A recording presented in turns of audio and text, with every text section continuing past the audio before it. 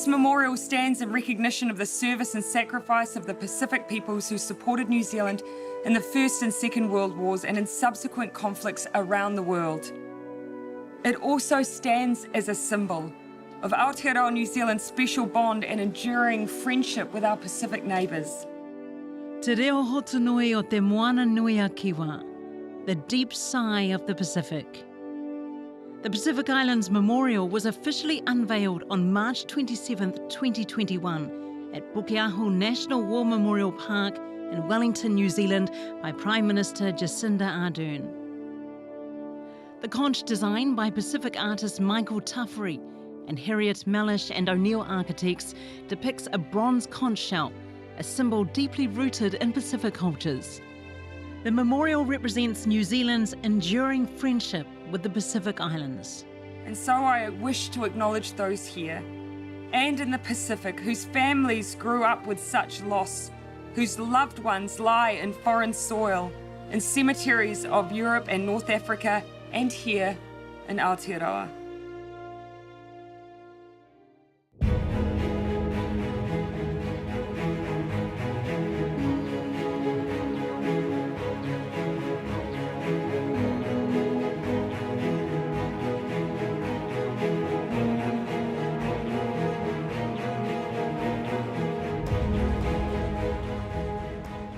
A British poet wrote in his tribute, "You traveled across a watching world to show how heroes died."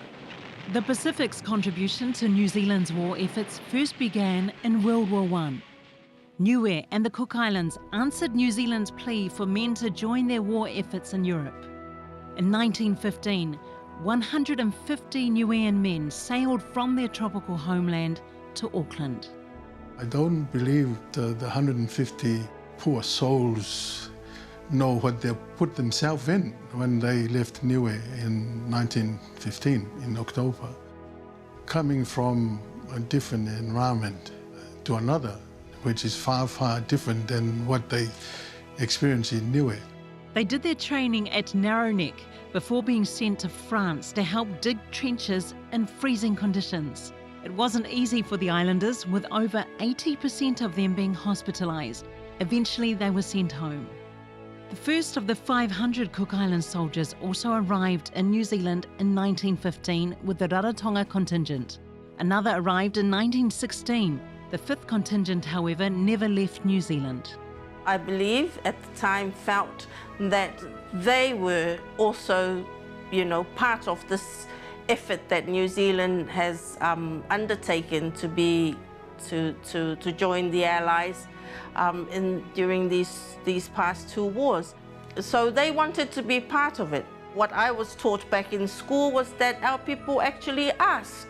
And we saw, of course, the enlisting of men from the Cook Islands, initially into the Māori battalion. Private Frank William Tararo was part of the first batch of Cook Islanders to enlist in the war in 1915. He was just 17 years old at the time. There were a number of granduncles who enlisted in the war, and I think I've got 6 granduncles who also enlisted, and these are my mums on my mum's side. One of them, Vavia Williams, was the one that was actually killed beside my grandfather. I've also read through some of the historical documents in terms of just the attire. So, just not being comfortable in shoes, not being equipped for the cold, weather that they were coming into, both in New Zealand but also on the Western Front as well. Tararo was the only soldier from Maoke to survive the war and return back home to his ipukarea. It was very rare for soldiers to share any of their experiences of the war openly with family, as it was too painful. Most couldn't read or write English, except for Corporal Tuaivi Mose. My grandfather, I believe, is the only Cook Islander that I'm aware of that have actually written his war experiences. I'm not aware of any other Cook Islander who actually wrote the experiences.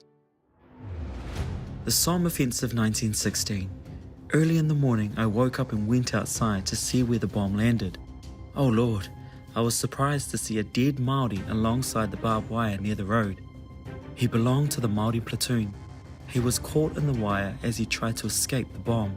I did not inquire about the number of casualties of the bombing, but I knew it was heavy. One particular story that was passed down through the family was from the battlefields of World War I, where Tuaivi Mose helped to save a fellow Cook Island soldier, Raitia Te Puretu. After the shell fire, Raitia got buried underneath, and my grandfather was one of the people that had helped him out of the hole. Yeah. And I know Raitia survived the war as well.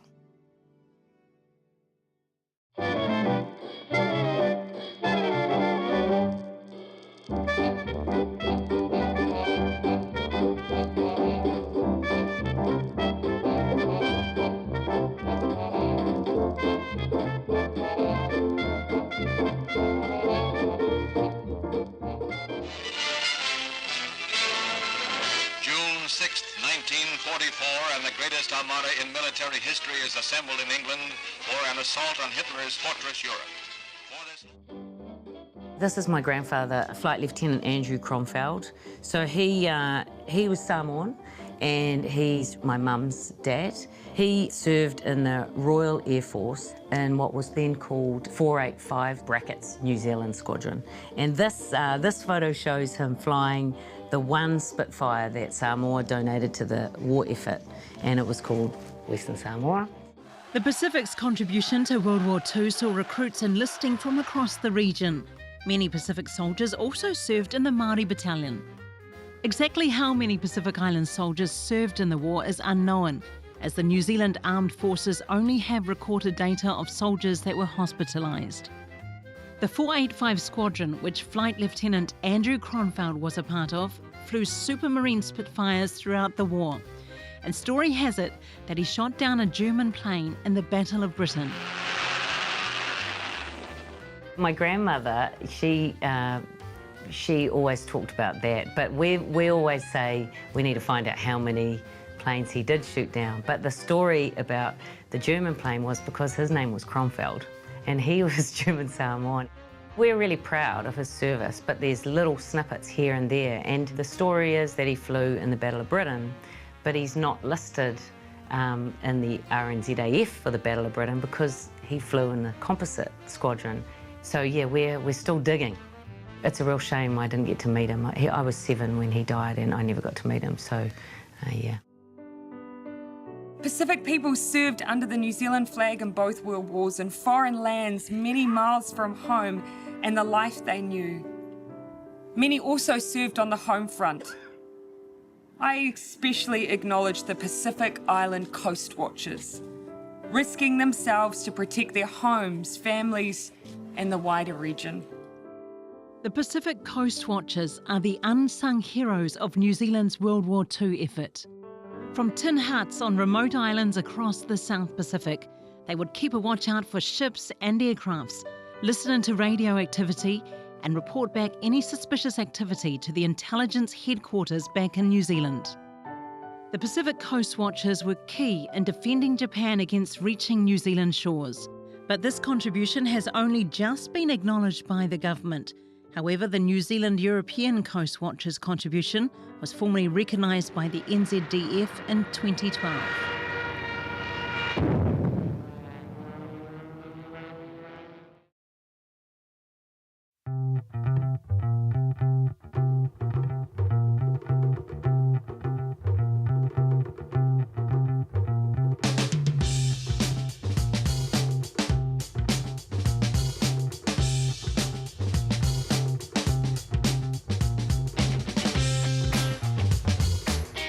British and colonial troops were pressed into service to protect Malaya's rubber plantations and tin mines from the raids of the guerrillas.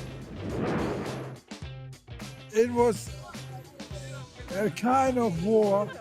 It was very hard to find a way whether You can fight like a open warfare or jungle warfare. Samoan New Zealander Tangaloa John Solia was a member of the International 28th Commonwealth Brigade's 2nd Battalion, which participated in the Malayan emergency. In our battalion, there were about 5 or 6 Samoan. See, I was there with 3 of us, the same family. They both my first cousin, but they always called me a little brother. Over the 12 years of conflict in Malaya, New Zealand lost 15 soldiers, including Solia's brother, Private Toma Fe'esango Solia, who was awarded the New Zealand Operational Service Medal in 2003. He's my first cousin, but he always called a little brother. He always a little brother of mine. Where I go, he follows.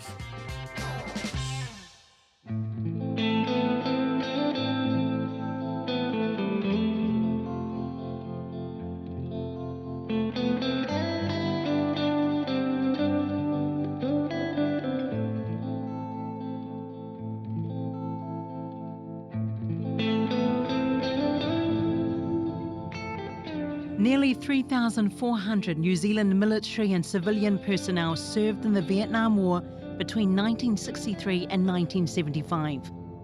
New Zealand's contribution to the war was very limited compared to some of its allies, but it still triggered large anti-Vietnam War protests at home in Aotearoa.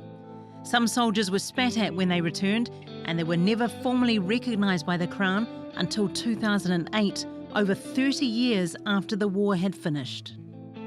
The Crown extends to New Zealand Vietnam veterans and their families an apology for the manner in which their loyal service in the name of New Zealand was not recognised as it should have been, when it should have been, and for inadequate support extended to them and their families after their return home from the conflict. After the Vietnam War, New Zealand's Defence Force presence globally started to move towards peacekeeping and aid response.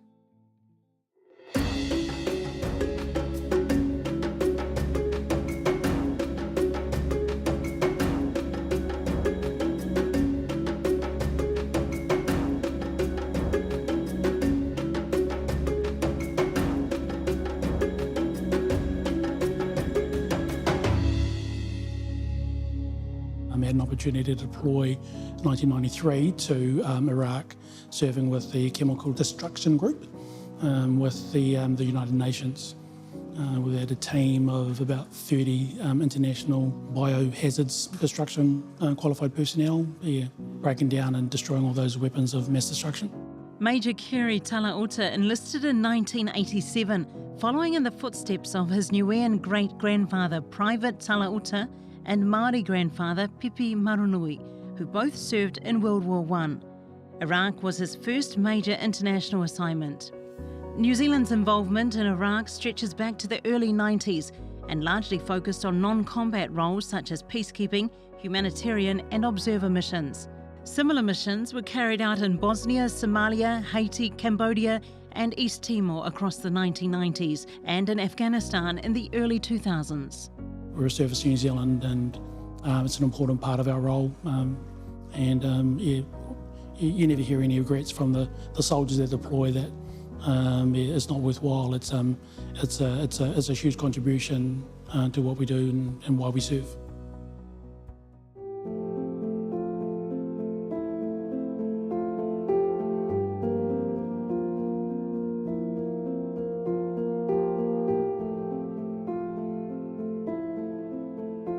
Another area of the Defence Force that Pacific soldiers in New Zealand contributed to is the Reserve Force. I was in the part-time army, the Territorial Force Army, and I was there for 30 years. A long time. Civilians serve as an Army or Navy Reserve, assisting in civil emergencies to operational deployments overseas. I went to Bougainville in '98, not for very long, about a month, and then I came back and I actually took a band group over there, a battalion band group, and we did our wartime role. In 2001 I went back to Bougainville and I ran a team site up in Booker, on the island of Booker. And I was there for about 4 months. Yeah, it was great actually.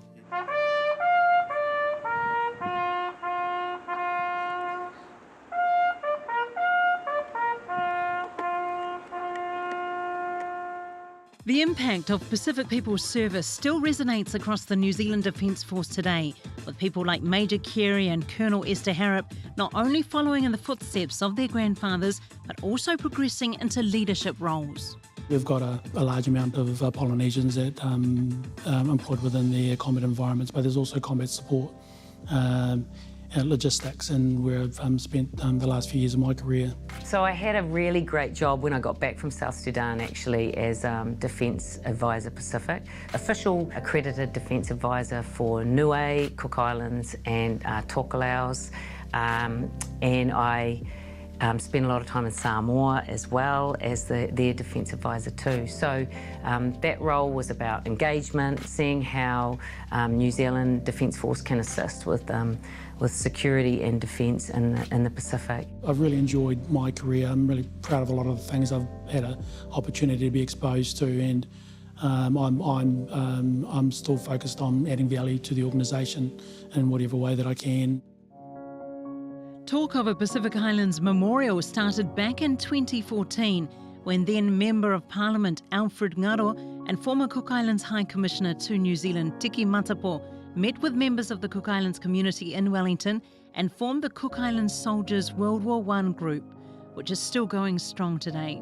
They were a key group behind Te Reo Hotonui o Te Moana Nui a Kiwa, designed by Pacific artist Michael Taveri. Papa Tiki was really keen to help us, so anything that he could do for our memorials, he supported us wholeheartedly. We felt like we'd done our job, and it was so nice to have Michael Taveri be the artist. I think without our little committee, I don't know if this would have eventuated. And it was great working with Michael, because he came on board and always kept us informed of the journey, of the sculpture. And I'm really proud, not of our efforts, I'm just proud to where it's got to. The conch shell design is inspired by 3 Cook Island soldiers, Solomona Isaac, Angene Angene and Tau Kopungaiti, who served in World War I. They were stationed with the New Zealand Tunnelling Company and the New Zealand Māori Pioneer Battalion, digging out tunnels under the town of Arras in France. The tunnels were rediscovered in 1990. Years later, a conch shell from the Cook Islands was found in the tunnel system beneath the soldiers' names, which were carved into the chalk wall by Solomona and Angene, along with the Lord's Prayer. I'm just really grateful for everyone who's actually supported this project and got the kaupapa behind it, and all the families.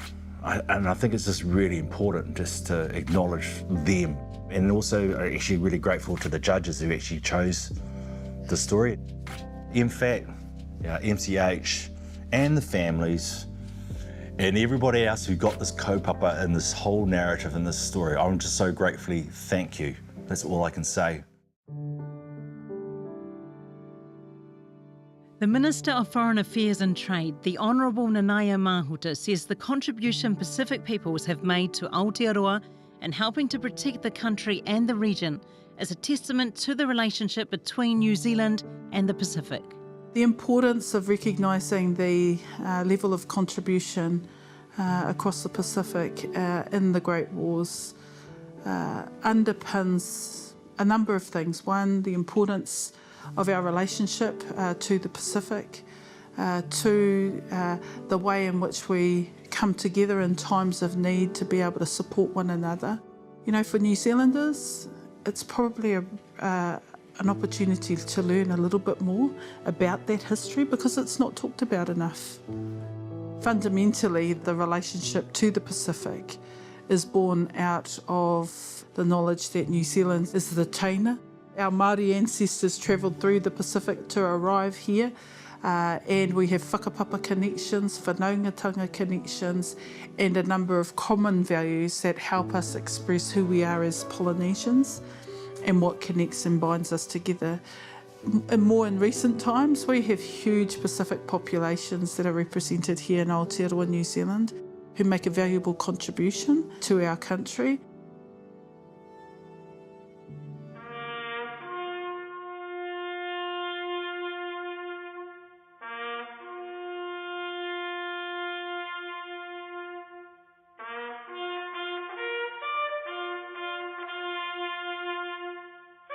They shall grow not old, as we that are left grow old.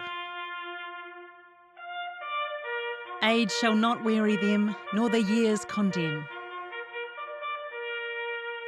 At the going down of the sun, and in the morning, we will remember them.